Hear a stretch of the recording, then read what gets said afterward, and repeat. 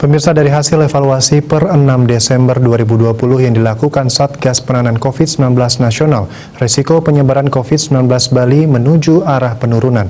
Dari 9 kabupaten kota yang minggu sebelumnya ada di zona kuning, kini seluruhnya berada di zona oranye.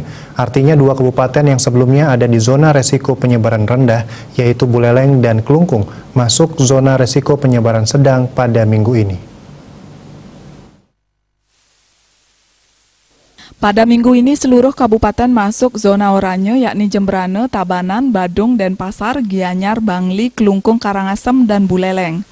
Peningkatan kasus dari 29 November hingga 6 Desember di Bali disebabkan adanya klaster Poltrada, KPPS, serta ASN. Dalam beberapa minggu terakhir ini, seperti diungkapkan Ketua Harian Satgas COVID-19 Bali, Idewo Made Indra, Bali gencar melakukan 3T, yakni tracing, testing, treatment, untuk memutus penyebaran COVID-19.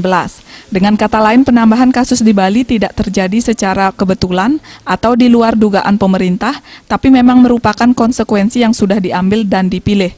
Kalau risiko ini tidak berani diambil, maka testing dan tracing tidak akan dilakukan secara lebih masif. Terkait zona risiko ini, Satgas Penanganan COVID-19 meminta semua pihak mencermati dengan teliti perkembangan peta zona risiko dari waktu ke waktu. Diah Dewi, Bali Pos melaporkan.